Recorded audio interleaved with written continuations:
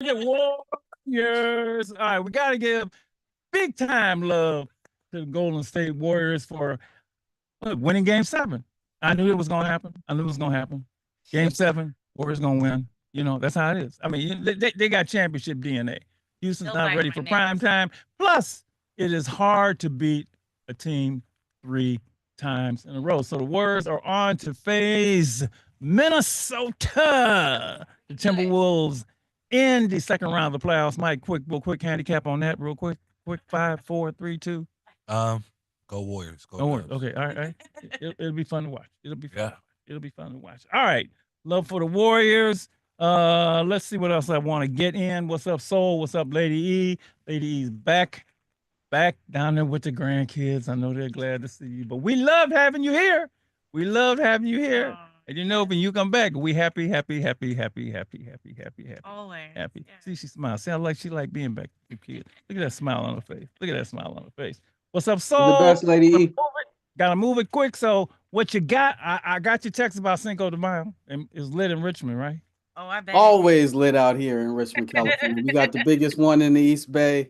Such a beautiful day, all up and down 23rd Street. I have fun. Me and the kids have fun out there today. Yeah, you and them, you and my grandkids have a lot of fun, man. Y'all have fun all the time. It's kind of required as a parent, to come up with fun things to do. Okay. You trust me, I would. There are days I would sleep all weekend if I could. But I know you would. But then they get me to have fun, so it works out. Yeah, that's it. Well, that's the best thing. Okay, we got a quick. Like I said, I got to get into the show quickly, so let's do this real fast. Got to give big time love to the 6888 who became last Tuesday night evening. Became the first Black female World War II unit to receive the Congressional Gold Medal. We've been talking about it for a long time, and they finally got their medals. Yeah. Finally got the medals. We had a first-hand commentary from the ceremony as the Marshall family was there because, as we've said it many times, and we'll keep saying it, our mother was one of the 6888, and I heard it was a wonderful, fabulous, nonpartisan. Everybody was, put their best patriotic, whatever on, and But yes, I want to just one more time salute the women. Got to say, Tyler Perry, thank you, because a lot of people would not have known had you not made the movie. They gave a medal to Major Charity Adams' son, I believe. Wow. And the rest of the families can, I guess, and you got to go to a website. And you can, get a medal for your family. And so right now I hear the website is broken because every family, every 6 family is trying to get a medal. I mean, for their family, right? It's a beautiful medal. I'm so happy. Maybe we'll get a chance to show it. So but it took 75 years for those women to be recognized. And congratulations. I just want to say thank you for sharing your piece of history with all of us as well, because this is just, I mean, it's bigger than, it just. Oh yeah. It's Black history. Black history. It's your turn. Make your history. Make your history. Exactly. Yes. One more shout out to the San Francisco Giants who inducted their new group of Willie Mays scholars yesterday. At is it Oracle? I want to get these. I think Oracle's the old. Okay. Oracle. It was great. The scholars, Lady E, went out on the field. Who threw out the first? Did Dakota? I think it was Dakota threw out the first pitch. Jasmine. Yeah, Jasmine was out there. I mean, it was a great day. Dusty Baker spoke, but I can't say enough about the San Francisco Giants deciding now 4 years to send Black kids to college and give them money, $20,000 to go to college. Also, a stipulation to come to Alive and Free and 100% college prep, and maybe they get more money. But it was a great day at the ballpark. They ain't playing. It was wonderful. We'll have a college graduate in maybe a year. Be the first one. Awesome. I think they are the only major league team. I think there's one other major league team doing something like that. Wow. But they're doing this in the memory of George Floyd. That is wonderful. Can't say enough about the social action of the San Francisco Giants baseball team. I think that's all I wanted to cover. News-wise and so on and so forth. Before I get into the show, I'm not going to talk about the Orange Man. One more. We want to highlight that on this day in 1961, The freedom rides began. Oh, people need look. Are you scared, Congressman? They can't stand up to you know who you need to see freedom riders. And I want you personally to study one person in particular. The name is Diane Nash. Go look up Diane Nash. And if you scared, then look, you ain't got nothing because you ain't facing nothing. Okay, you protected. All right. Study the freedom riders who went down there in the teeth of segregation because it had to be done. All right. I think that's it. I got it all in? You I got did it all it. in? All right. I'm gonna bring my guests in now. If they're here, I got They three, are. maybe four coming Yes. in. Tonight's show was prompted by an incident that happened in February of oh God, I had of 2025. And it was a hazing incident at Southern University, I believe. See, this is the problem when you got notes. I got so many notes, I can't find the notes I want. Um, we've done shows on hazing before. We really did a huge dip into it in October of 2023, and it's one of the best shows we ever did. Wow. Best shows we ever did. And, you know, let me just say, we are here to promote as something that's coming up. We're going to start with the promotion and we're going to end with promotion. And we're all here because of this one man, this young man. I like your beard, man. You know, I met you didn't have the beard. You had the hair, the whole bit, you know. I'm getting that wisdom just like you, Brother Marshall. You earning it, brother. That's right. You gotta earn it. Looking good, brother. Hey, look, that eldership is for real. You know, you get this thing coming with. We're here because of this gentleman who I'm going to talk more about in a minute. But Byron, thanks for coming on again. And while we start with what we are promoting, let's start with what we're promoting, and then we'll go back and talk more about the whole issue of hazing itself. But you got a 4-part thing you're getting ready to do. Tell people what it is and tell them why you're doing it. So, first of all, good evening, Brother Marshall, and everyone on the call, including my cousin, Dr. Stacy Herb Milner. I appreciate. I just learned that today. Okay, yeah, that is my cousin. Yes, yes, and she is also doing amazing things. So, you know, we're hoping to and planning on creating a national conversation, a national dialogue around hazing culture, using my film essentially as the tool, you know, to generate that conversation. So over the course of 4 different weeks, we're going to have a virtual screening of hazing on a platform called Gather, and Dr. Marshall, you have graciously volunteered yourself and your time to participate in this conversation. Dr. Stacy Herb Milner has also agreed to join us. Others that will be joining us will be Pamela and Gerald Champion, Patricia Strong Fargus, who lost her daughter, Kristen and Kenitha, to hazing. Pamela and Gerald Champion lost their son, Robert Champion, to hazing. And so we're going to be talking about many different things, the impact of hazing on families, the intersection between hazing and masculinity, the intersection between hazing and womanhood, and other issues that we hope to address over the course of 4 weeks. Those dates, I believe, are, tell me if I'm wrong here, Byron, May 15th, May 22nd, May 29th, and June the 5th. Those are 4 of the latest that I saw, right? That is correct. All at 6:30 p.m. Eastern. Okay. And I love the way you have divided this up because we need to be ever vigilant about the whole issue of hazing. And certainly this particular incident thrusted right back into the national consciousness. So let me just say real quick what this was that prompted us to do this. In late February 2025, Caleb Wilson, a 20-year-old Southern University student, died after being punched in the chest during a fraternity hazing ritual in which about 10 fraternity members hit pledges with their fists and objects. Sources close to the investigation into Wilson's death said Wednesday, one source said that Wilson was not singled out, but he apparently experienced a mental episode as a result of being pledged. All right. Then we find out there's more.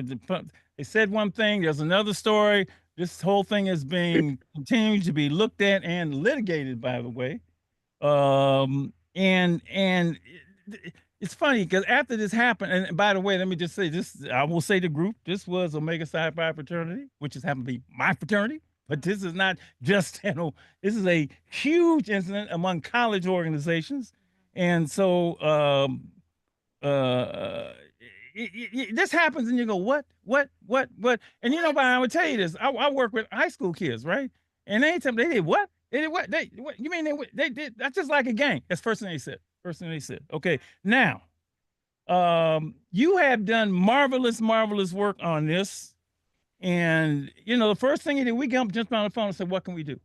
What can we do? What can we do?" Because even though the word is out, some people ain't getting it. And what's our number one rule with our young people? There's nothing more valuable than an individual's life. That's right. So for me, I don't care about nothing else but people staying alive and free. We have stopped the violence thing. This is the show. Byron, I appreciate that about you, Dr. Marshall. I appreciate that about you, and I respect the work that you've done for decades now. You know, working with young people, trying to address violence. You know, implementing violence prevention awareness, and providing young people with tools. You know, to avoid conflict and violence. So, I mean, I'm not you mentioned me doing great work, but you've been doing great work. My cousin, Dr. Stacy Herb Milner, is doing great work on a college campus. You know, to educate students. You know, Brother Rashid Ali Cromwell, who I believe may be a guest on your show tonight. You know, he's been doing incredible work. And I do want to say this, Brother Marshall, that you know, since that very tragic incident that took place in February, there have been additional hazing cases that have happened, that have taken place.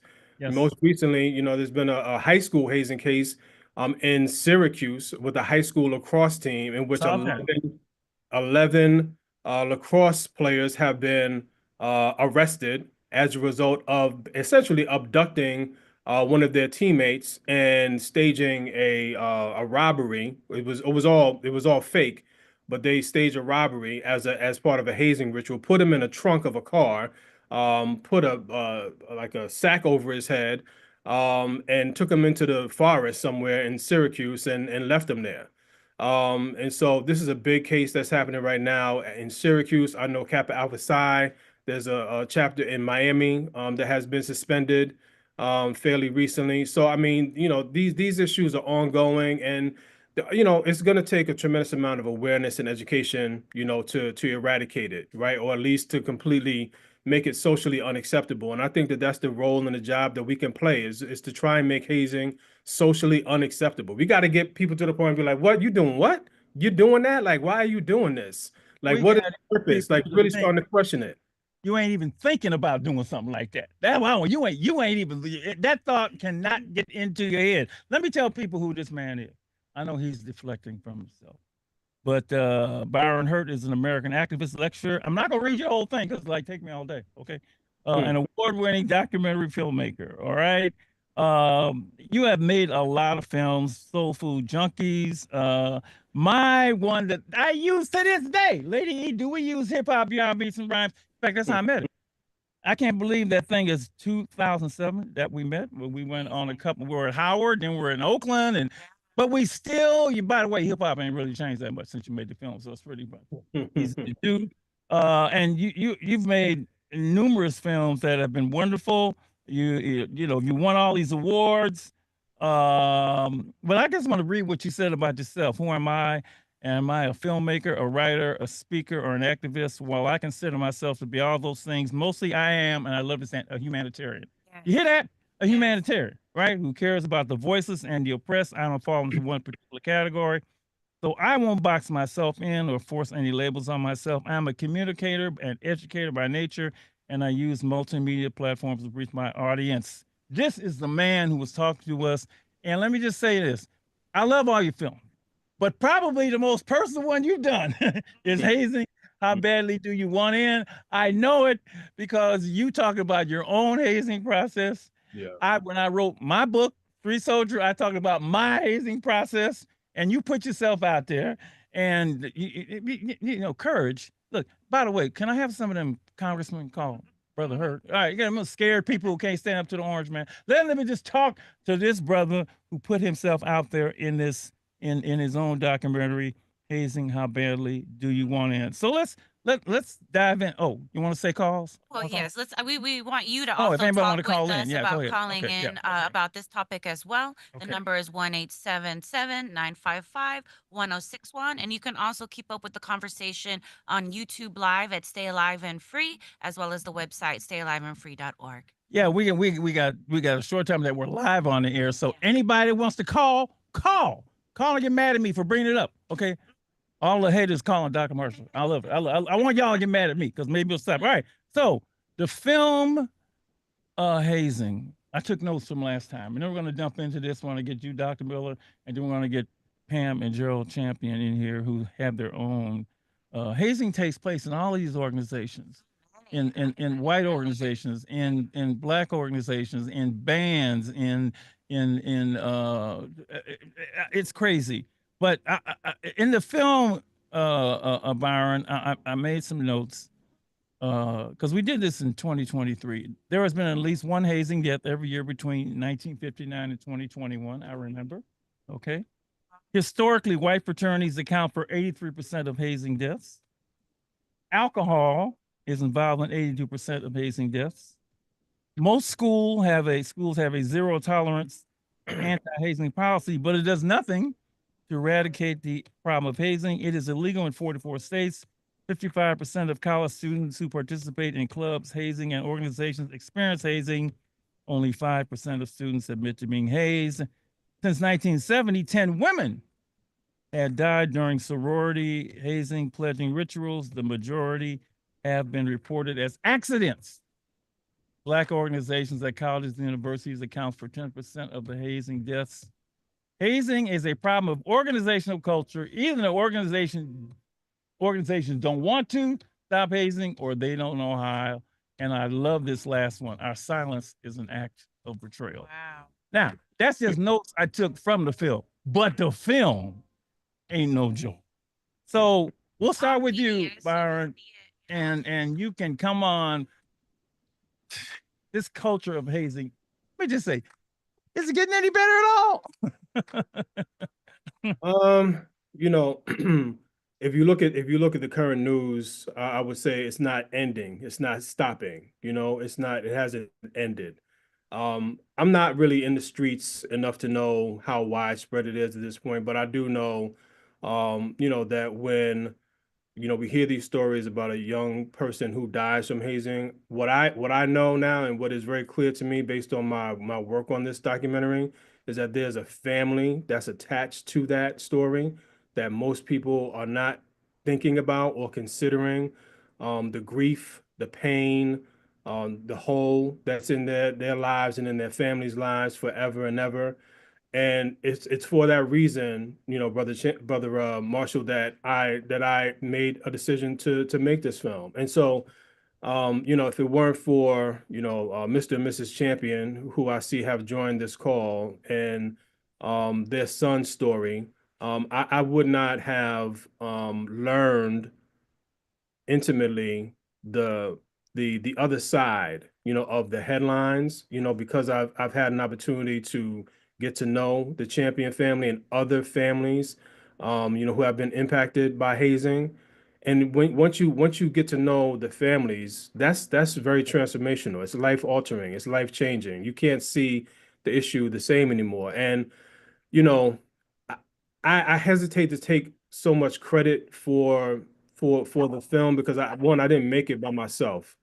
You know, there were a number of people who helped me make the film, including the Champions and, you know, Dr. Stacey Hurt Milner, who's on the call as well, who's also in the film, and has her own, you know, very strong views about hazing culture, that I would love to hear her talk about her experiences and the kind of things she has to deal with on the campus that she works at. But before I end, I just want to say that Mr. and Mrs. Champion were very helpful to me in helping me reframe hazing in my mind. We use the word hazing, but one of the things that Mrs. Champion challenged me on early on was the fact that the word hazing minimizes what is actually happening here. We're talking about abuse, we're talking about assault, and in some cases we're talking about murder, right? You know, someone has lost their life over this, right? And so hazing, in many ways, the word hazing oftentimes trivializes what's actually happening. And so when you hear the powerful story and testimony of like a family like the Champions, if you can't see the inherent problems with this culture, then you know you need to do a real self-examination.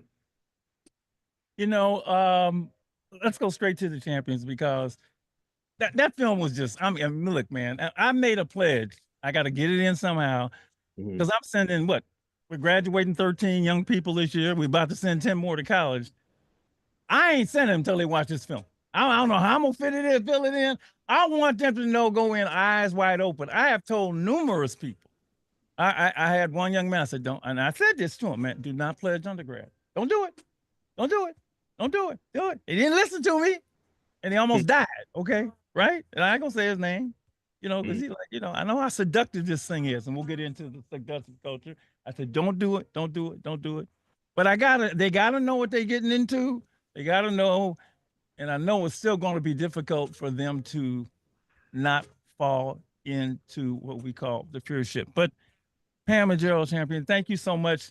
I love the film, but the best part of the film was you and the parents. Because look, they might, well, any answer they got, but they can't say nothing to y'all. They can't say nothing to the parents whose children have died as a result of a hazing incident. And yours was your son, Florida A&M drum major Robert Champion, who was killed. And you use the word killed. And I met you at the show we did before. And every time you hear something like this, you know what that feels like because of what happened to your son. So go right ahead. It is the show is yours right now. Nice to see both of you again. Thank you for having us. When you think about this, what were your first thoughts? I'm sorry, in reference to what was going on? Yeah, what happened to Caleb? I mean, it must have just been familiar territory That to you. was, for me, the first hearing of that, it was very triggering. Yeah. Because a lot of times you get triggered by just news of people losing their children, but this one hit me hard.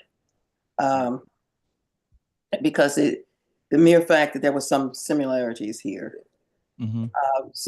It really hit me hard, but and harder than I had anticipated. So much so that I wanted more than anything to write something and put something out there on behalf of the family. Mm-hmm. But I couldn't. I had to sit on it for a while. But it's kind of hard to explain what those triggers are like. You can be triggered by anything. I can just be driving home and it hits you. It's uncontrollable. You can't control it. But I've come to accept that this is part of my life. It's part of that norm that you're supposed to come up and get. Try to move on, but you can't move on. Yeah. And so hearing about this young man, it upset me very bad because the first initial report I heard, and they were saying the guy just kind of collapsed in a park. My first thing that came out of my mouth was, that's a lie. Yeah. I knew it was a lie. Yeah. You just didn't know to the extent what happened.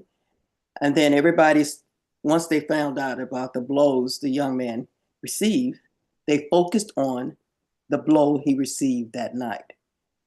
But we all know there's a process they go through. Mm-hmm. So that one night, that last blow wasn't just it. He had to be going through other things. So you have to really sit back and look at the whole picture, because I know what it's like to have people to tell you your child died one way, and you find out through autopsies. And through what happened that it was entirely different. I know what it's like to be lied to the very night when you get a report about your child, again, who just collapsed. So it was a lot of similarities. The fact that, you know, they had to come back and look at some of the people that was in the band as part of that administrative staff. It was just so many similarities that it just takes you back. And so you find yourself kind of reliving, looking at things and saying no, because my biggest concern, well, because people don't know the full story of what we've gone through. Right. My heart went out to the family and to that mother. I have to go that mother route because I'm a mother. Of course. And my heart went out to her because I know that you're trying to figure out what's going on, what happened. And then you're getting lies here, lie here, you know, the media doing what the media do, not putting back the media. Media can only do what is given, the information you're given. And a lot of time that information that you're getting are coming from the very source that actually caused the damage or the death. So that's not going to be altogether the truth. So I know all about that. So, and my thought was there are a lot of things that we've gone through that you pretty much don't get an opportunity to be able to speak up and speak out. And that's intentionally done. But I just didn't want them to have to go through what we went through because they've already lost their child. Yeah. And let me just rephrase that. They didn't lose their child. Yeah. The child was taken from them. Right. That's a difference because I believe in the words and the language we use. We just have to be careful with it, just like we say with the word hazing, because that changes how you look at things. No matter how you say, oh, this is bad, this is bad. You use that term hazing. It's not look at the same. There are states right here in Georgia. I just recently found out after I just kind of read the law that just was passed here in Georgia maybe a couple of years ago. It's a misdemeanor. Wow. What is a misdemeanor? Wow. If you now think about this, what if Mr. Caleb had been killed here in Georgia? Wow. What would that family have gotten? That family would have got everybody involved would be a misdemeanor. A misdemeanor says you can pay up to a $500 fine and maybe a year in jail. But what in reality that turns out to be a probation, plea deals, and then you have to keep going back as those people who get the plea deals decide, okay, I've been on this long enough, I want to get off. So I just know what it's like, and I don't want that family to do that. That's why when I finally wrote something on behalf of the foundation and my family, I said calling his death, his killing, a hazing is problematic. Yeah. Because you know what's going to happen. I can tell you blow by blow what's going to happen when the people get lawyered up and everything goes to the criminal court. We know what that's going to be like. I you know, in the film, you actually see what happened to your son. I mean, they show it. They show him walking down the bus, right? And the caning, whatever the hell they did to him. I mean, it's inconceivable that these rituals, which is what they call them, go on, and these things happen to our young people, but for so long, it's been a part of, you know, the culture, and that's a weird word to use, right? You know, violence is part of culture, violence is part of that. But I know you and the other parents in the film, you know, and you have the organization Parents United to Stop Hazing, push. No, ain't nobody can say nothing to you. Now they can come up with all their rationale, but you know, can't nobody say nothing to you.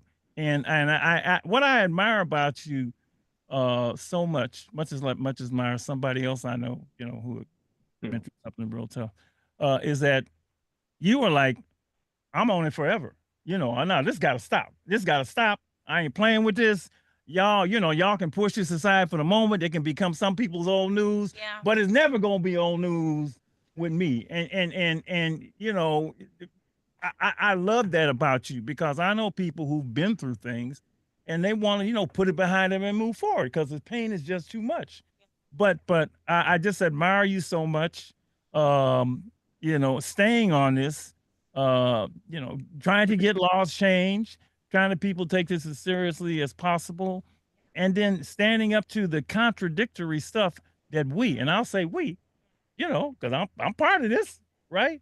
Can come up with to have this so-called, I'm going to call it this, and Dr. Miller, I'll come to you, good violence. You know, somehow this is good violence. I know how we do, right? This is good or necessary. I know all of it. And you know how I know? Because I was one of them. I was one of them. Dr. Marshall. Oh hell yeah! Oh yeah, yeah, yeah, yeah! Oh yeah, yeah! Because they look. See the trouble when you get infected, you think that's what you're supposed to do. I'm coming to you, Dr. Miller. See, so you can easily justify what happened to you because, well, you know, this is the way it's supposed to be done, and that's why until you know we stay on the case, on the case, on the case, on the case. And look, this is why. And look, you know, this is all these organizations, high school, bands, I don't want you to call it.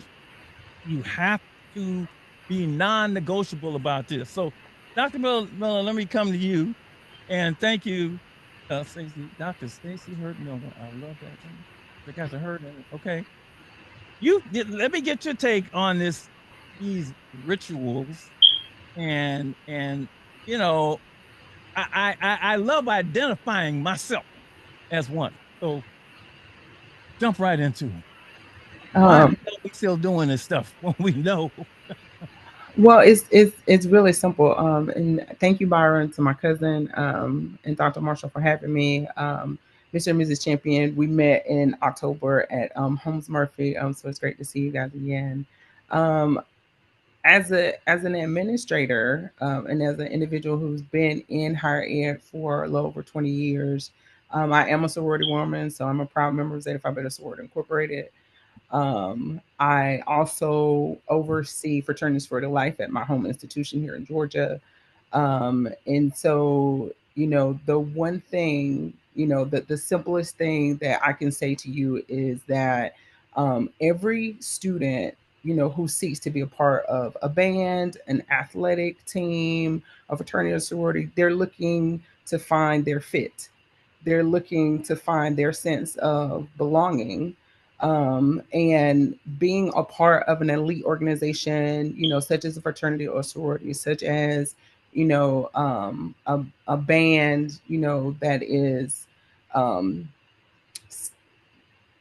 grounded in tradition, right? You want to be a part of that because there are so many things about our organizations that is, you know, it's just like that shiny penny, right?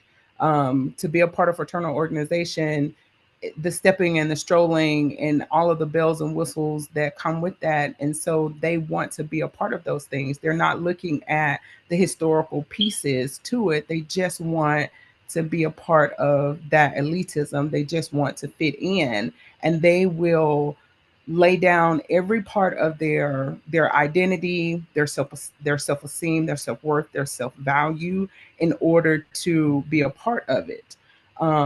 Culturally, you know, our organizations have created this essence of dominance where, you know, there's this uh, not just this elitism, but also this power dynamic to where there's something that has to be earned. And I'm really proud of Byron because I know how much I know the length of time that it took him to actually decide to do the Hazing film.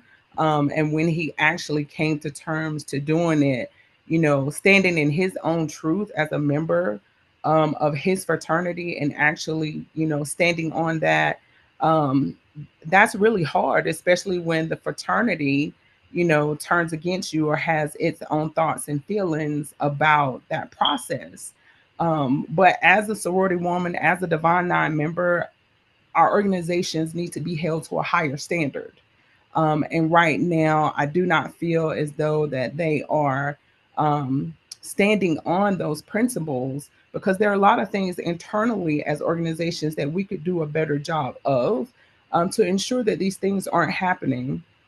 And even from an institutional standpoint, we also have to look at the reasons why, some institutions are not doing more than what they are doing. Fear of lawsuits, fear of bad publicity, fear of losing donors and alumni support. Colleges often face competing, priorities, whether it's funding, all types of things. Oh, look, they're faced with lawsuits and being extinct. Let's go like that. Okay, let's go all the way with it. I ain't got time to sugarcoat nothing. All right, you are doing something that could lose your organization, put your organization out of business. So the whole thing is illogical, but I know that logic isn't the issue here. It's And not. that's what I liked about what Byron explored in the film. How badly do you want in? And you're right, it is very seductive.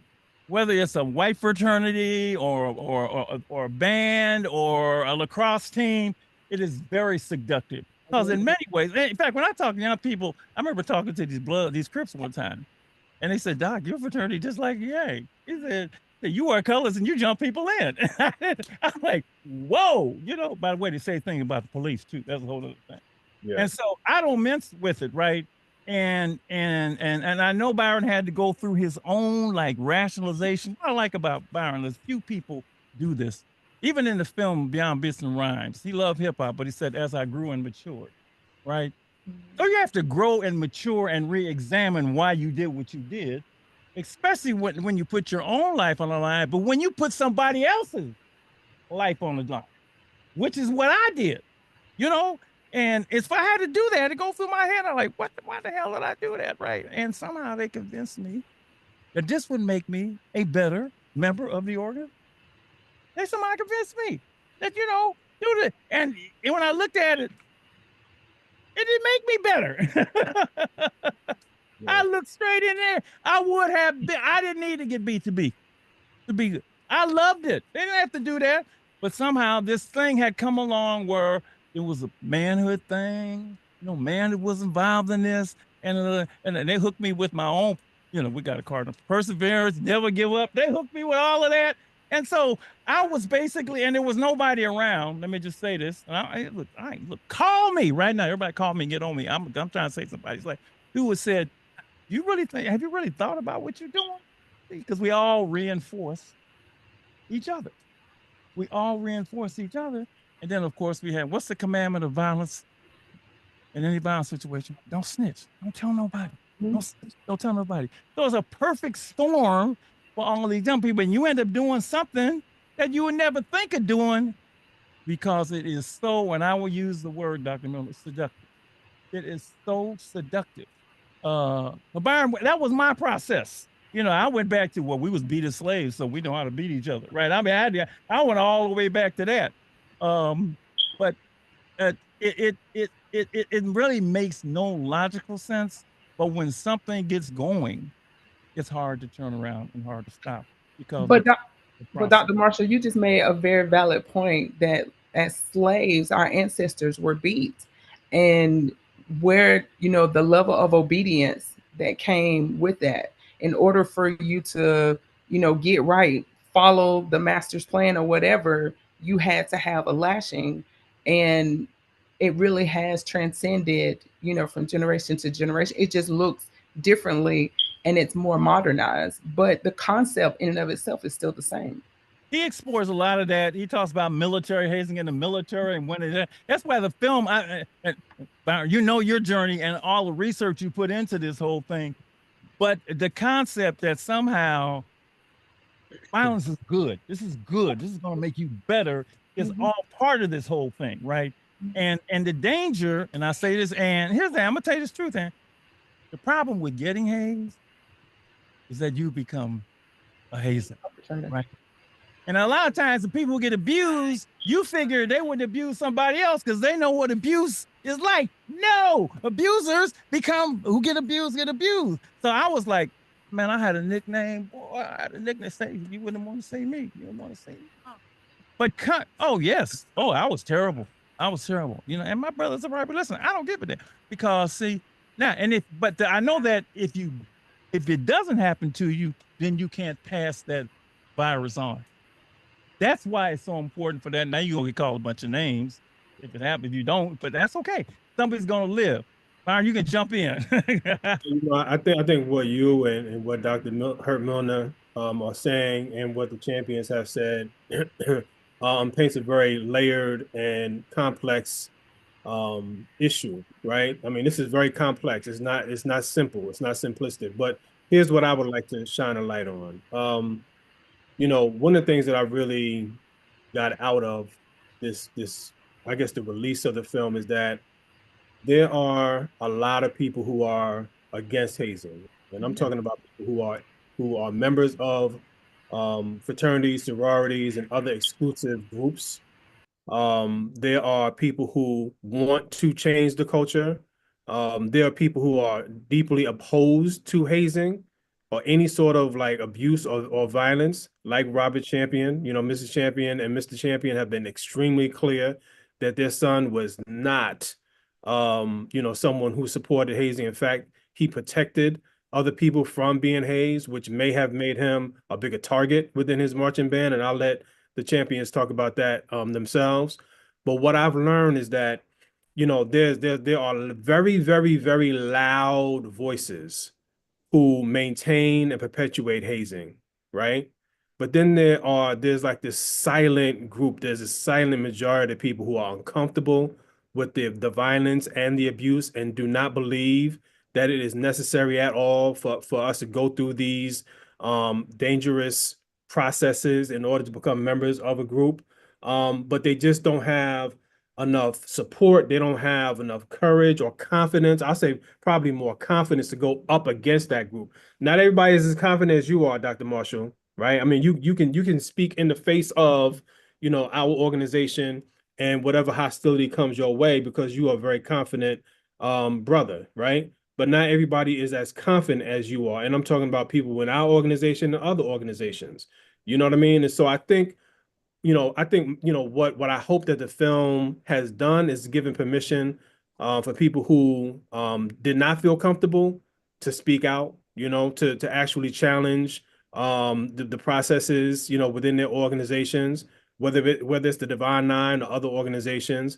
And I think that that's important because I think that's the only way that we really get to cultural change is people have to start speaking out about it. And I think this is great that we're having this conversation and we're going to continue to have this conversation because I think over time, hopefully, God willing, the more people begin to talk and speak out against it. And I think that's one of the benefits of like, some of these really tragic cases that go public is that people speak out against them, right? When it happens, right? And the more people speak out against it, the more that the culture could eventually change. And we know it's not going to happen overnight, but it's a process.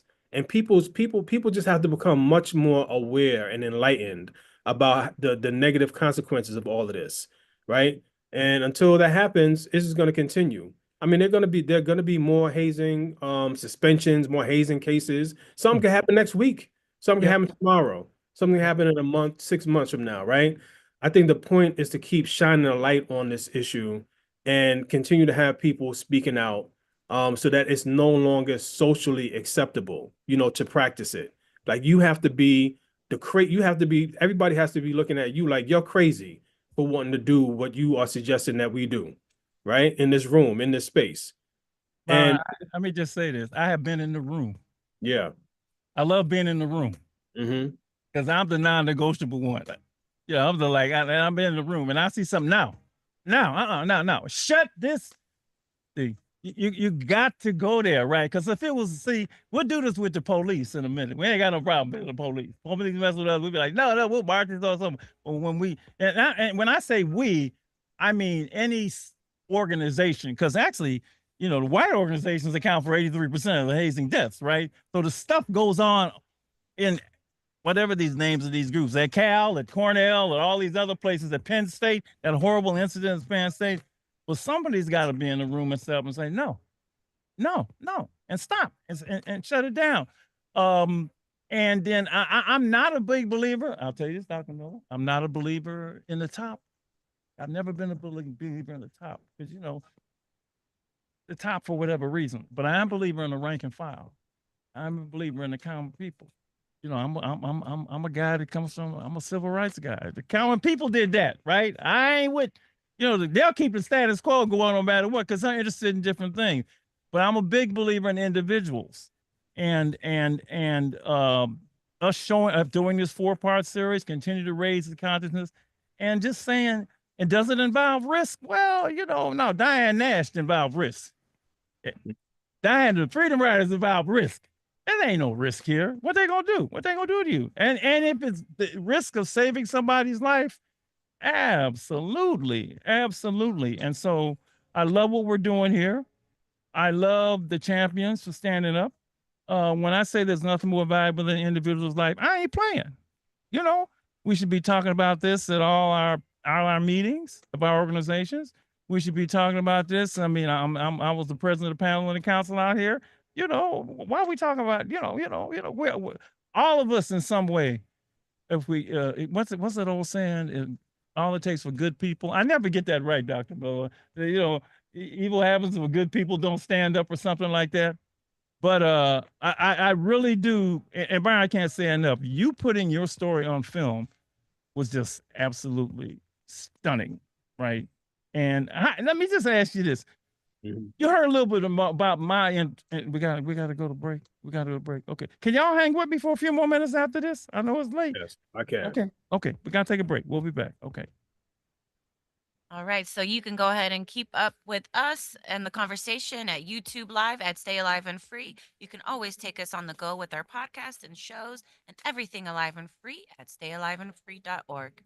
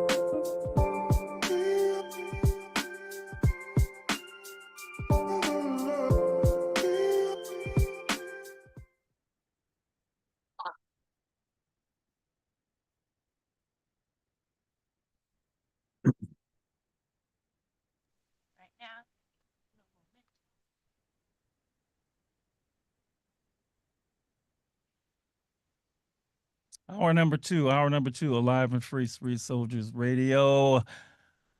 Now on YouTube, and what a great first hour, we're talking about hazing and college organizations. And of course, this has been spurred on by several recent high profile incidents, not the least of which is the Southern University student Caleb Wilson, who died after being punched in the chest during a fraternity hazing ritual.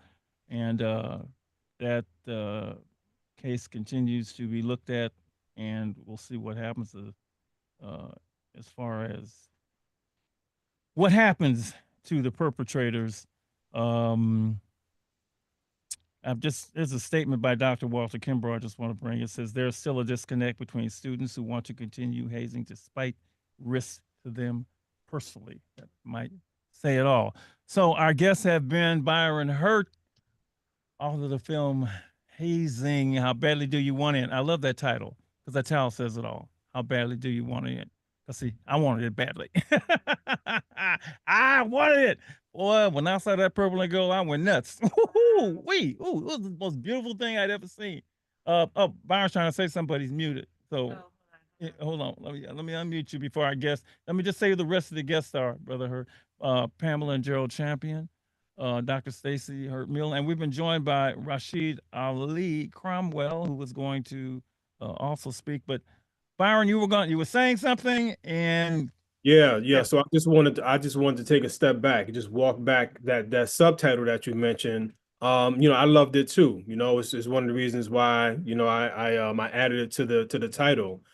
But as I told you earlier, I learned a lot from the parents, each of the parents that I interacted with. The champions are one set of parents, but I also had a lot of conversations with Marie Andre, who was the mother of George Daydoun. And I had a phone conversation with her one day, and she challenged me about the subtitle, How Badly Do You Want In? And she asked me if I would consider taking it off of the title of the title of the film, because she felt that the subtitle implied that her son wanted to be in his organization so badly that he was willing to die. I see. And she had a very strong negative reaction to that subtitle. And so, as a filmmaker, yes, I'm trying to make a film, but I'm also trying to, sort of honor and respect, the people who I'm including in the film, and making sure that I'm listening to them and making sure that their voices are heard.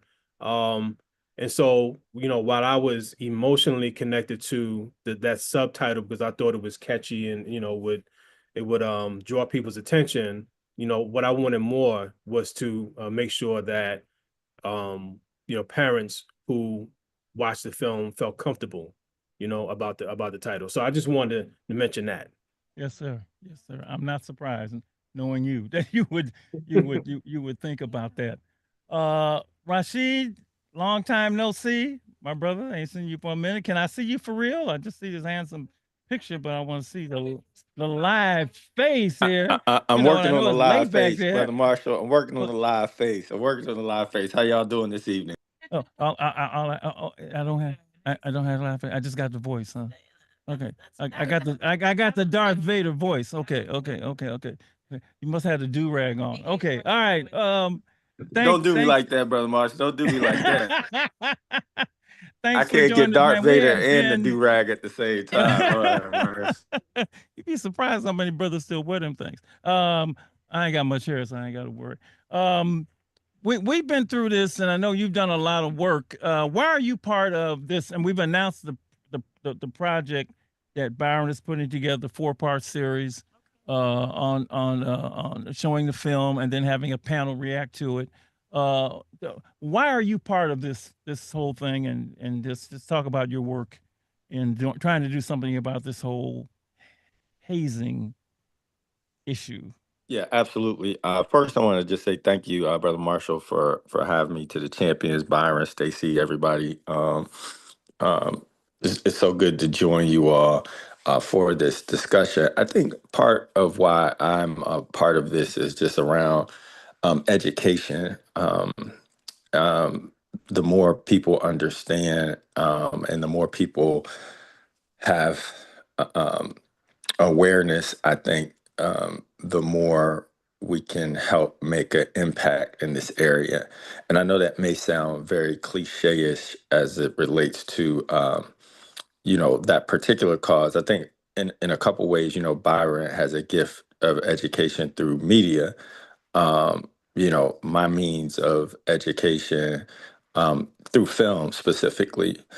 Um, I know Stacy works specifically in leadership in higher education um, at a higher education institution. So I think, different people have different ways of expressing that education. I think mine is more in the form of almost in some ways, I don't want to say a blend of that, but a very unique way of getting people's attention to be able to help them make better decisions about some of the things that they do. I feel like in today's political climate, we have a lot of institutionalized and systemic issues that we're dealing with that are divisive against us. But I think this is one issue that we do to ourselves.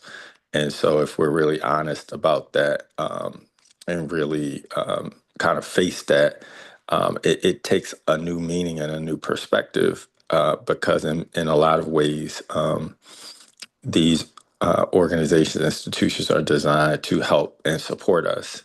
And when we don't engage in them in the way that they were originally designed to, it can come back to not be fulfilling the original purpose. So that's a little bit about why I'm involved in and You have why I'm made engaged.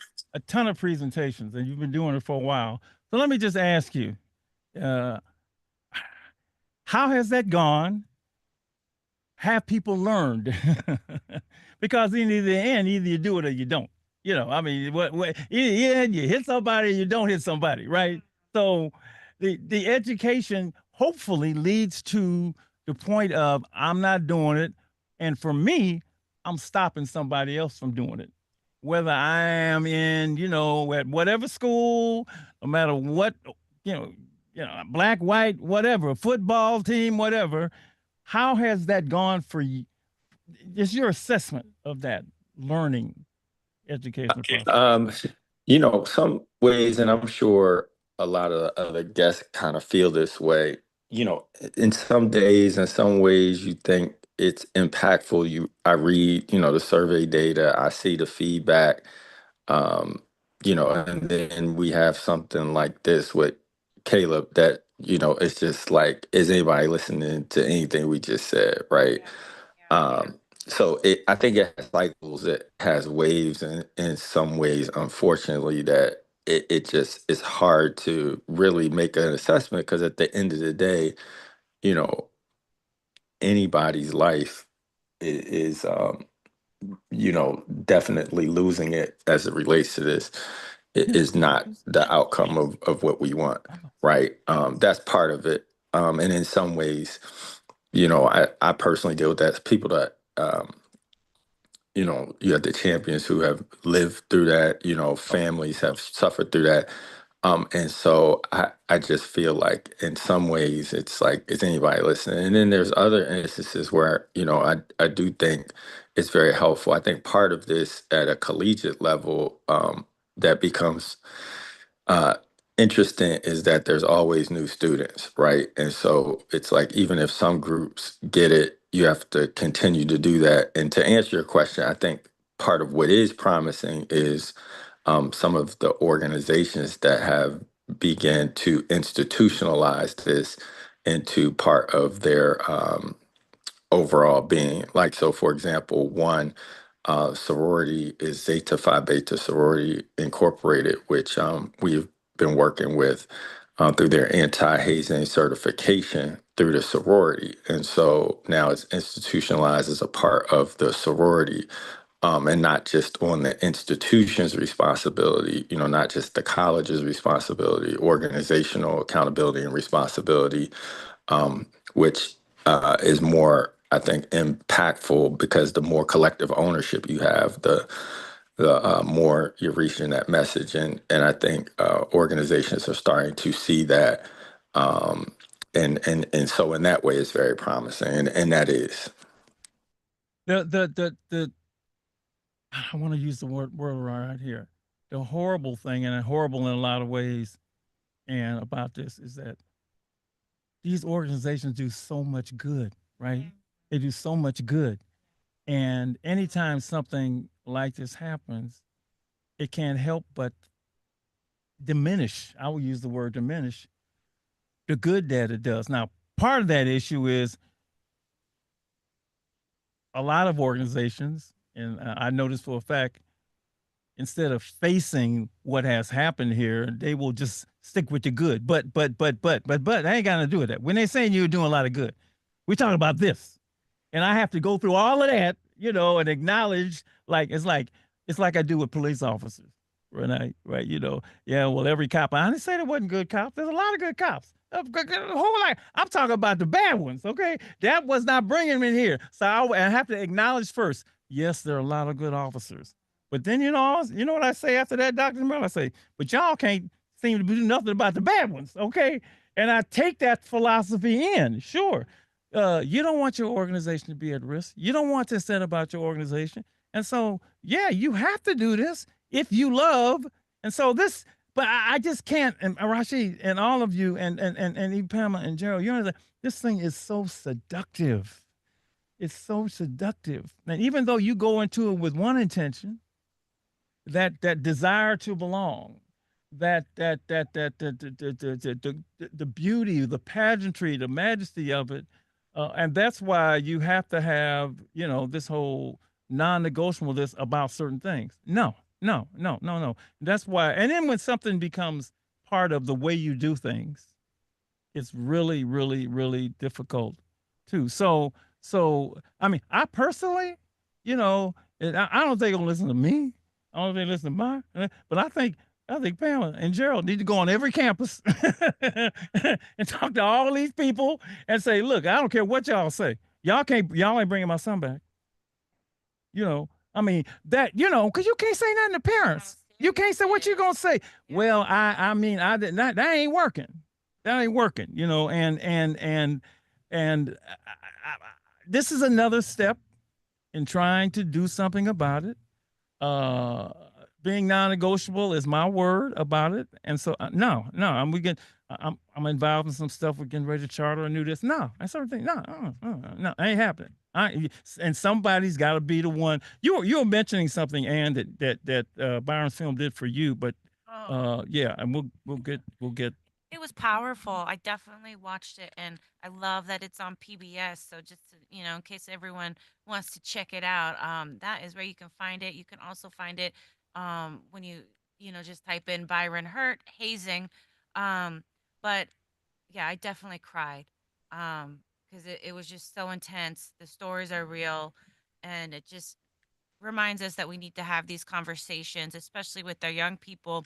But then I feel like you really sparked the conversation for these other kind of media outlets. So one, I learned about these really personal stories through you, but then they also, I can't remember which station, if it's like, but on cable, they did like an hour-long program every week, featuring two different stories of these victims of hazing incidences. And I credit it to you, Byron, because you really, one, highlighted what was going on, and you were, I don't know if brave enough is the right word, but I think it is because nobody else is talking about it, saying what's going on.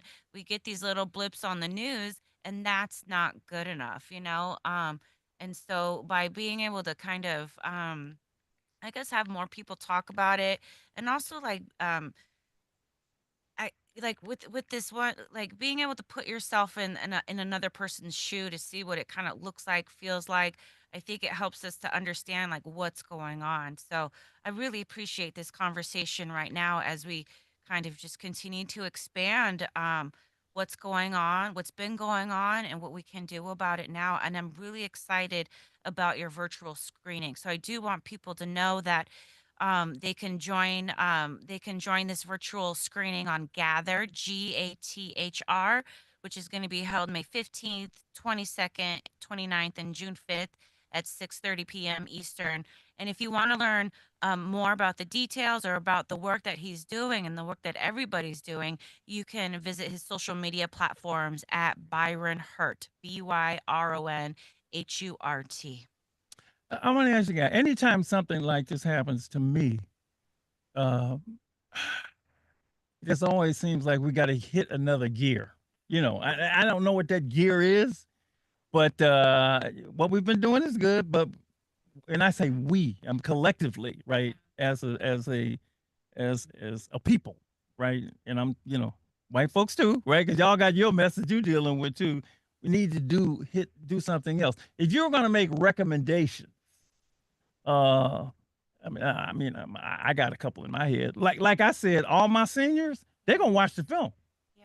They're gonna watch the film. Before they go to college. I said, we gonna take a play. I don't know what you gonna do, but I dog them anyway. I'll be like, what you gonna do? What I'm like, no, call me, and I don't care what organization you get ready, call me. But it's one thing. The last thing I want people to say, well, I didn't know. If had I known, how many times have young people to, had I knew more, I would have done better.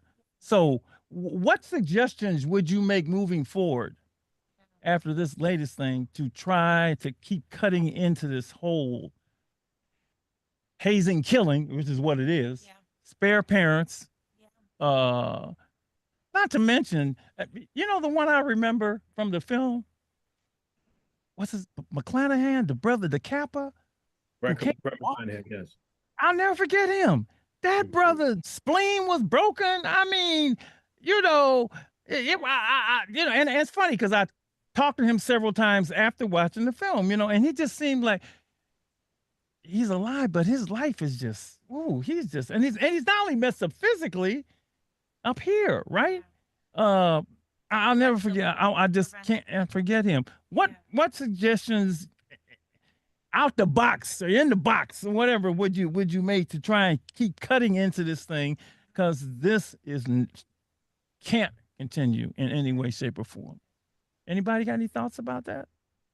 Well, I think one, I'll share from an education standpoint is two. I mentioned this with the organizational responsibility, accountability, which is just institutionalizing this. Like, how do you, Brother Marshall, you saying you making all your seniors watch it, but from a college or university standpoint, we had the Stop Campus Hazing Act that was just passed, which, really revolves around two specific areas: transparency and reporting, and then the education standpoint.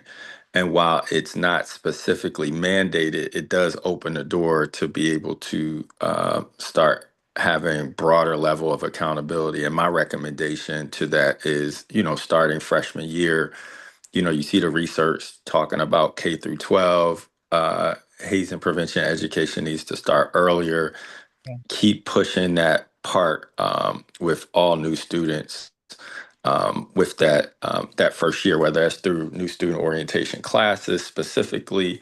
But I think that's a piece. And then, of course, when I mentioned, the work with Zeta Phi Beta that I'm doing in organizations, doing those, I think that's a step further. When things like this happen, awareness goes up, but I think it's also important to look at operationally, what are we doing different? Because if we just, are talking about it without actually putting purpose behind that motion, then we're just, spinning in circles. And I think that's one specific recommendation, at least on my side, that I would think is really important, which is institutionalizing that education. And if I could, given that this high school lacrosse team, which I understand was a high school thing. We should probably be doing this with ninth graders, right? Because they Correct. Younger, participate middle in Middle sports. school. Middle Kids, school.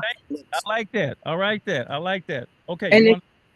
and just to echo like what Rashid, from an institutional standpoint, especially, on the collegiate level, being able to put some things in place to where students have to take prerequisites before they even start the membership process, and being able to provide the level of education that Rasheen talked about, with regards to hazing, as well as substance and alcohol misuse, and sexual assault, and all of those things. Research is telling us, right, that students are coming into our organizations with a lack of knowledge and education. And from a campus-based professional standpoint, we are challenged. A lot of our institutions are challenged, and we struggle with making sure that our students have the necessary resources that they need before they get to that place of membership. So um, I know about the work that Rashid is doing with my sororities, Theta Phi Beta Sorority Incorporated. We do Finer Women Don't Haze,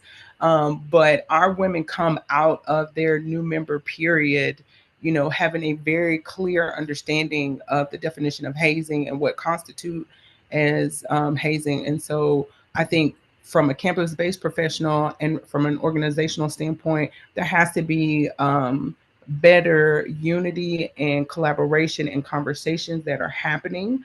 We've got to get to a place of where we're being proactive and not reactionary when things are happening.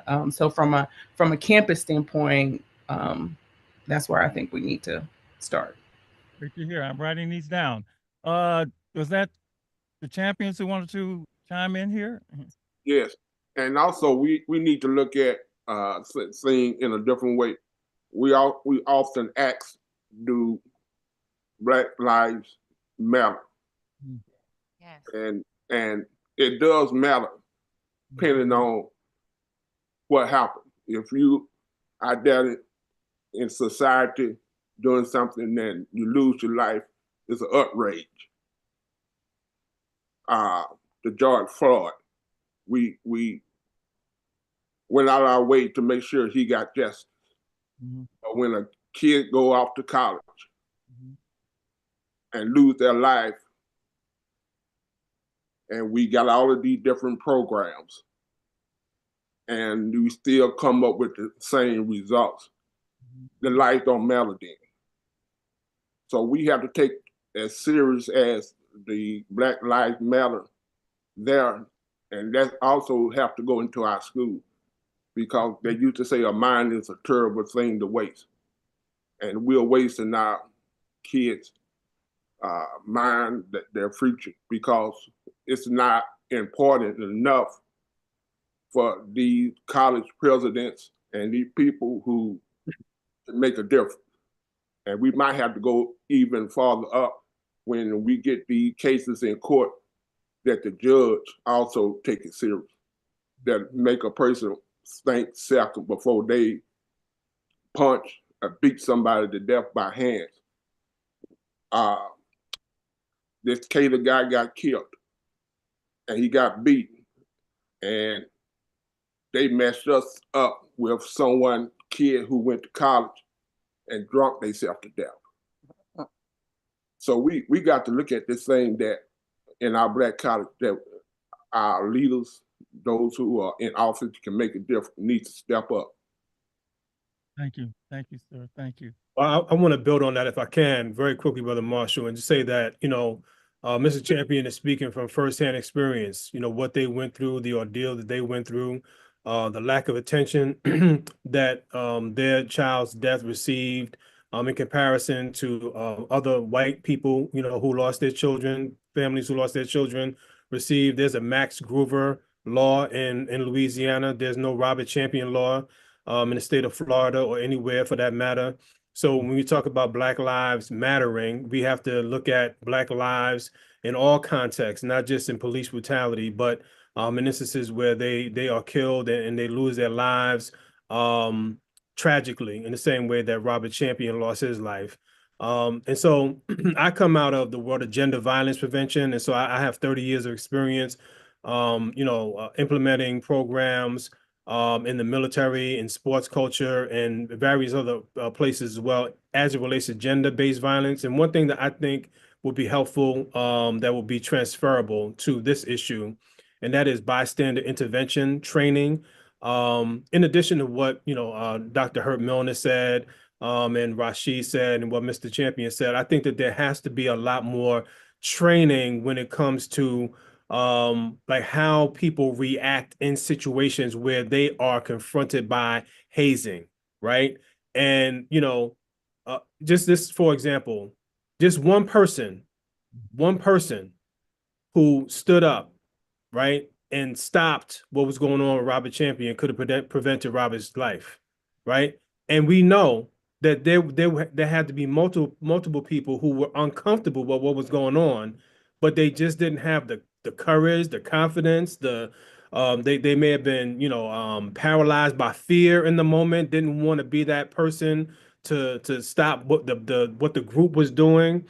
And I think that we have to empower people to have the kind of courage that they need to disrupt this when it's happening. And I'm not talking about the leaders of organizations. I think leaders of organizations need to have a strong policy when it comes to hazing. But we, like the people who are actually in these spaces, in the garages, in the warehouses, in the basements, we have to empower people to say, nah, we're not doing this. We're not doing this and stopping it. Full stop. Right. And believe it or not, I mean, and I know you talked about you being that person. There are a lot of people who are not that person, Dr. Marshall, and this is why it continues to happen. And I had a phone conversation with a brother who reached out to me very recently, and he was deeply, deeply upset. He was a member of our organization, was deeply, deeply upset about what happened with Caleb Wilson. And he talked about how he just doesn't understand why this happens, why it continues to happen. And he sincerely wanted to understand why this continues to happen. Right. And so I think that there are a lot of people who know and understand that this is not cool. This is not a good part of our culture that needs to be uprooted. And we just need all of these different strategies that everyone contributed to on this call to finally put this to an end. Whether or not it actually comes to an end, that depends on us and the culture. If they want to take me into a lab and analyze me and figure it out, I'm willing.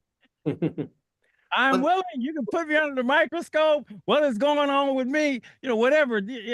Yeah, you're right. When I hear that, it's just hard for me to get because, I mean, I don't think I'm special. I don't think I'm special. But it's the reality of the situation. It's the reality of the situation. Peer pressure is a thing, and people succumb to peer pressure, and sometimes the group norms sort of outweigh, individual morals and values and things of that nature, and it overwhelms well, I guess it becomes the group norm. You know what I mean? And and one thing I was really hoping that we can get to is the fact that Robert Champion was against hazing, right? And he spoke out against hazing, and and also tried to protect people who were in the band from hazing.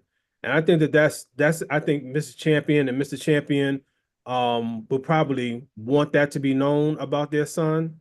And if you could just talk about, conversations that you have with your son about the culture that existed, that he had experienced, I think that would be much appreciated.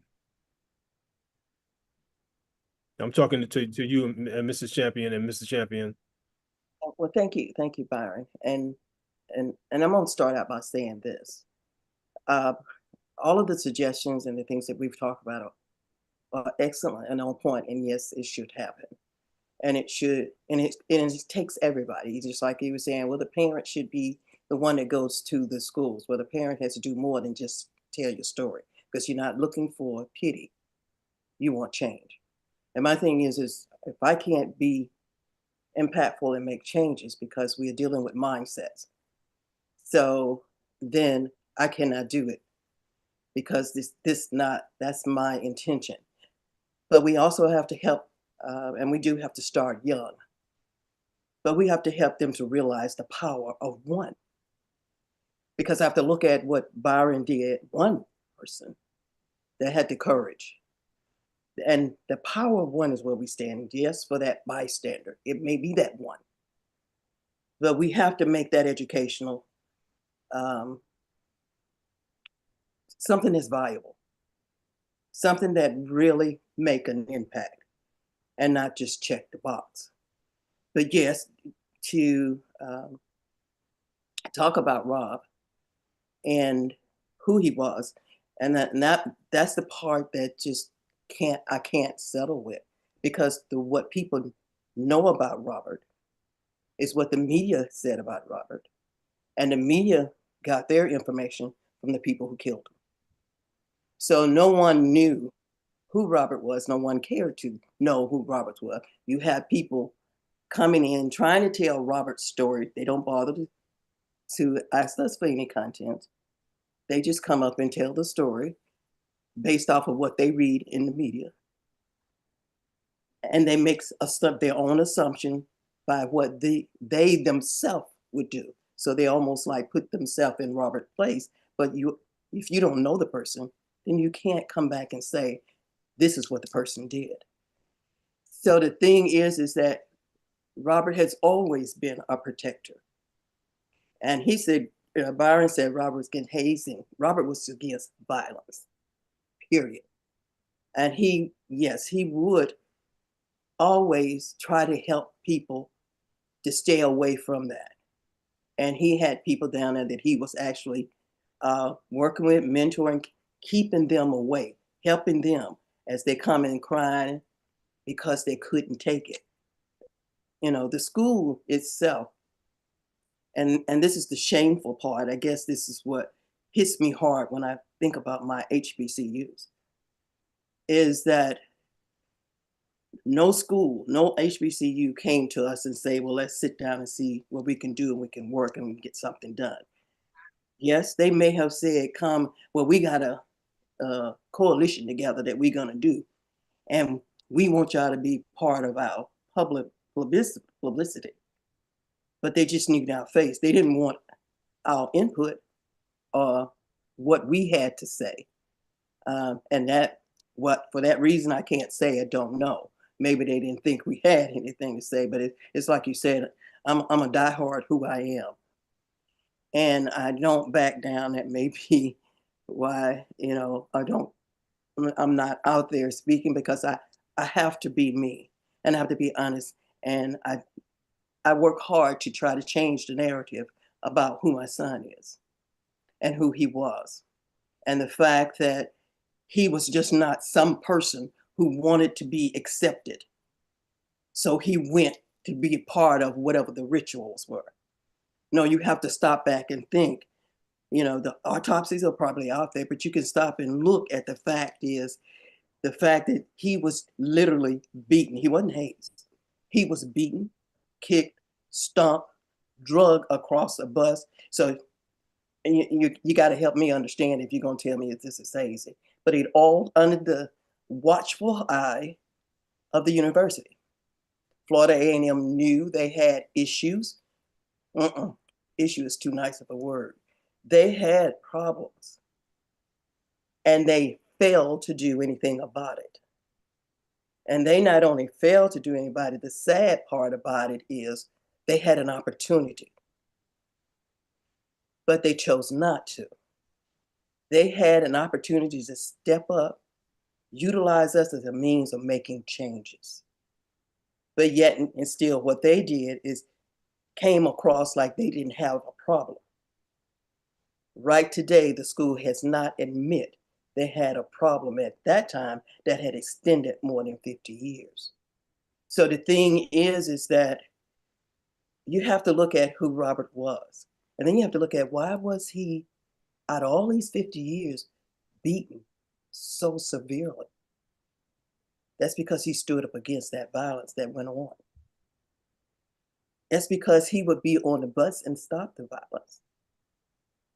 But the only thing people know in the media is that he was just trying to be accepted.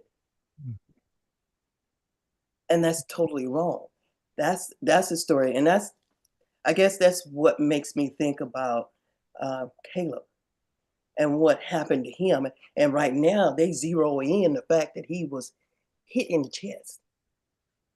And that's what killed him. That blow may be the one that last blow may be the one that really did it. But has anybody ever thought about what happened before? Oh, yeah. How did it get to that point? I got an idea. So what? Yeah, everybody can. I mean, if you know, I know from what I'm familiar. yeah, I've been in going on 14 years. I've been in this struggle and this fight and this talking and never giving up. And I hear people say, "Oh, you can't end hazing." Oh, yes, you can. Just pull that word hazing off. And just say, are you in business of abusing people? Because this is what you're doing. Is this what you want to call doing? Let's just be raw about it and call it what it is. I like that. Time you call something hazing, every time you say we're going to get together and we're going to have a discussion about hazing, what are we really talking about here? You know, Ms. Chamber, we try to introduce concepts when you talk about a mindset. Well, you talk about peer pressure. Well, I threw that word out. We don't use the word peer pressure. We use the word fearship. Fearship. And a fearship is a relationship based on power, intimidation, and control. It's a fearship. Most of the people, I wasn't in a friendship. I was in a fearship. I was afraid, not to go along. It was mixed in with the love. And these guys are my friends, but we try to introduce another notion of friend, and this is one of our favorite. And a friend will never lead you to danger. If I'm your friend, why am I going to put you in danger? And so these are things I have to put in people's head when they call. And we got a principle called friendship. That's not friendship. And so I like the mindset thing, all those things, and calling it what it is, because none of that is friendship. None of that is love, and look, in domestic abuse, why they call it love. Well, there's no value there. So, that we have to start changing the mindset by introducing, because there are powerful words that keep you close: family, love, and friendship. And they can pull you in under the guise of it being family, love, and friendship. This is why a guy tells woman, I love you, but and they'll keep her there because they're using the word love. And that's my family. And so those words, we have to redefine what it is. And my word for it is danger. No, that's danger. Yeah. That's danger. That's danger. And so anything we can do to begin to cut into this whole thing, this is what it really is. Like, this ain't hazing. This is abuse. This is killing. Because those tame terms that we use don't allow you to see it for what it really is. So when my friend asked me to do something, my friend, you asked me, you're dangerous, man. And I'm clear. If you're dangerous, you out. That's my standard for everybody. If I perceive you are in any way dangerous to me, I don't care what your relationship with me is, that allows me to get the hell out of there, right? So we have to continue to redefine, because those words are going to continue to suck people in and keep them close, because those are sacred words, right? And when these are my friends. No, that ain't your friend. That's your danger. This is a process it's going to take, but these things give us an opportunity to redefine this whole thing. The whole thing that for respect. They don't respect me unless that ain't got nothing to do with respect. If we could just deal with that damn word, right? That keep people, you're going to be paper. I want to be. No, you got to dig into deep all of this stuff, which is something we have learned, Byron, to deal with our young people, So that they are non-negotiable are things they would have gone along with in the first place because they're looking for respect, right? Or they're looking for a friend, or they're looking for love, or they're looking for family. And so if we can begin, and for me, begin to redefine what these words are and what they really mean and say, no, this ain't what it is. This ain't hazing. No, this is abuse. Yep. You know, and we will have a chance because this stuff is so seductive. If we don't come up with out the box ways to deal with it, you're right. It's somebody, it's going to happen to someone else. So And you have this to that gives us a chance again when these things come up. And I know when I'm on in the series, I'm gonna bring this up. I'm on that ain't friendship. Hell no. I don't know why you play that. I'm gonna beat you in the head and that's gonna be your friend. I'm like playing with it, period. You know. So that is, and I'm glad you told me about Robert because I will bring that up. See, he was the right. one who stood in But the what street. I want to say is that you and your manner, your the way you're speaking, you're that exception. So we do have, I think Byron touched on it real well, talk about those that don't have that courage to stand up.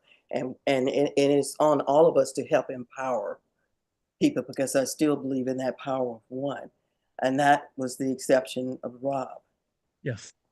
I didn't know if my husband wanted to say anything, but he was the exception. Just like you're saying, the way you would handle things. And Robert would make people more so his friend and try to work with. I don't know, and this is from childhood on until adulthood. I don't know anyone, and I had never heard Robert speak badly or against anyone. And to him, everyone was his friend, and he was that caregiver, and he was a protector, big in stature, but this is who Robert was. So, I mean, I don't want to terminate all the talking. I can certainly do that, but I want to give Jared an opportunity. You know, I'm looking at those who participated in this who consider themselves friends. Not him. I'm looking like those, like, you know, the gang mentality, right? Those people have to have these concepts. Interests. What I'm doing is abuse. This isn't friend, you know, all of that stuff. Look, we're looking for ways to prevent this stuff. I'm a prevention person. I don't like after the fact stuff, right? This is violence prevention. This ain't conflict resolution. There ain't none of that. This is preventing stuff from happening for me and for Miss Estelle and for those working up here. I don't like doing these shows. You know, I could be watching a basketball game, but I got to do this because this stuff happens. And I love you guys. I love you because you are on it no matter what. And you want to save, you want to, you don't want a parent to go through what you've been through. No, it's not something you want a parent to go through. This is my life. I'll be this way the rest of my life. So it's You not know, something you want to I'm ask someone to go, but it's all about, yeah. like you say, being proactive. But being proactive also by identifying the risk. It is risk to the institution, it's risk to the various organization, and I can't believe they don't look at risk.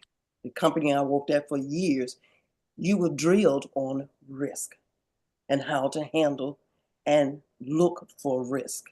And that is what we're looking at as well. We can't leave no stone unturned when it comes to trying to help change back those mindset, because we know if we talk in Greek organization, you didn't start out with this. Somebody introduced it and brought it in. So somebody has to introduce it to take it out. Thank you. We have to make it not popular, just like we did with cigarettes. You know, Oh, I love that. not rocket science. Everything is capable. You can do this. This is just me. And I refuse to believe that you can't. We just have to find that niche. And it can't be just something online and check a box for training. That I'm still waiting to hear results to see how effective something like that is. Because if you're doing things and it's not effective, and I know you do that with your organization, you can see the results and how it's effective. If you can't see how effective it is and the results are not positive, then you need to go back to the drawing board. We have a See saying here. another way to get that done. I'm sorry. I didn't know if my husband wanted to speak something to help enlighten about Robin, who he was as a person, because I'm so passionate out, I'm sorry. Just if you want to say something, I'm good. Well, my wife said it all, and I totally agree with what she's saying and what Byron said about letting people know that that's a problem out there, and we can face it. And my wife and I are open to come on campus, college campus, HBCU, just to have a conversation and to see where we can say something or do something to understand what the family goes through when someone loses their life, their kid's life. And so we're open to do that. Thank you, sir. Thank you. Thank you. Lady, you have been,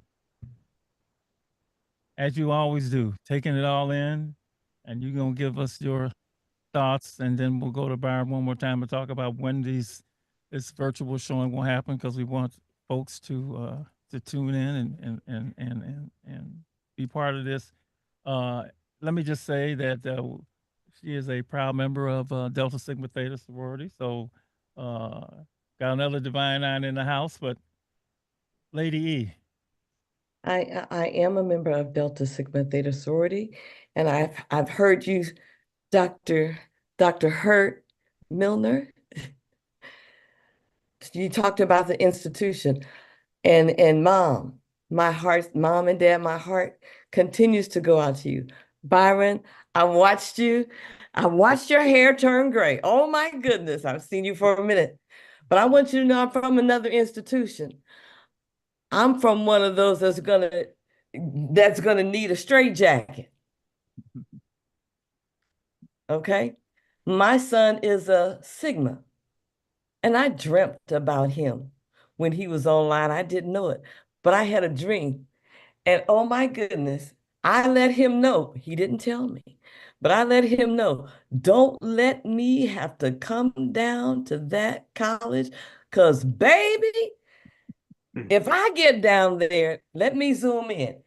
Ain't gonna be no Sigmas when I get finished. And that was before I was a Delta. Now, see, that's where I'm coming from. And I let everybody know. Now, this is happening way too much. When you get, now this is me. I'm that one before I get to my end of the show talk, which is a little calmer. But it's gonna be a whole nother story. I'm gonna be like taking 1, taking 2, and taking 3. I have a special set of skills. I'm gonna find you, and I'm gonna line you up. Everybody that had the idea, suggestion, talked about it, let it happen. And when I finish, ain't nobody gonna want to say have anything to do with, you know what I'm saying? You are going to remember this day. I don't have that whole, I'm not, I just need to say that, even though it was real words. Okay? Okay? I'm just saying now. And it's true. There are many who want to be in these organizations because there's something wonderful about them. Okay? But that's not how it's supposed to be. You're supposed to cross. Okay? My son's experience wasn't the best. And I tell you what, he even took pictures. I said, don't let me see him, because baby, I'm coming. Oh, to be a part, yet the price to pay is more destructive than productive in so many ways. A process often worthy, yet too often goes awry. When a bright and gifted young person with promise and potential loses their life. Yet not because that life was taken. Yet not because that life was taken, leaving an emptiness and loss for their lifetime. The unnecessary losses bear the question to be asked, followed by clear, severe consequences to bring it all to a stop. Our brightest and best is who the Divine Nine are, while we look to them to lift the light rather than destroy. Be it a sorority, fraternity, band, or whatever, we as a people need to find a way that's better, a way that truly demonstrates the brilliance candidates bring, to have experience, to have and experience the joy of working together, building up our communities. So Street Soldiers wants everyone to clearly see being worthy does not equal getting beaten. Choose to stay alive and free. This is Lady Estelle asking you to consider all of this.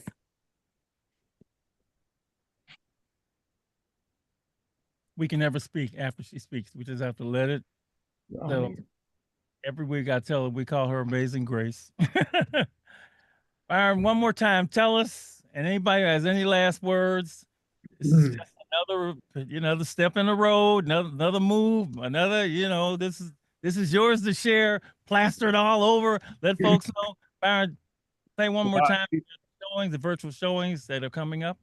Well, the words by Lady were very powerful. I just want to say that, we're all a part of the solution. You gave me a lot of props for making the film and for my courage and bravery and all of that stuff. But all I did was make a decision, to not remain silent. That's really what I did. I made the decision to not remain silent. I saw the story about Robert Champion, and I decided to use my voice and my platform to speak out against hazing culture, with the hopes that other people would do the same. I want to continue to amplify this message and continue to have these conversations because I think conversations are important. For anybody who's interested in, participating in the virtual screening series, they will take place on Gather, and will be held on May 15th, May 22nd, May 29th, and June 5th at 6:30 p.m. And they will be followed by a Q&A session with various participants from the film. You can get more information about the details on all of my social platforms at Byron Hurt. Thank you, sir. Thank you, sir. Thank you for your life. Thank you for being you. Dr. Hurt Miller, nice to meet you.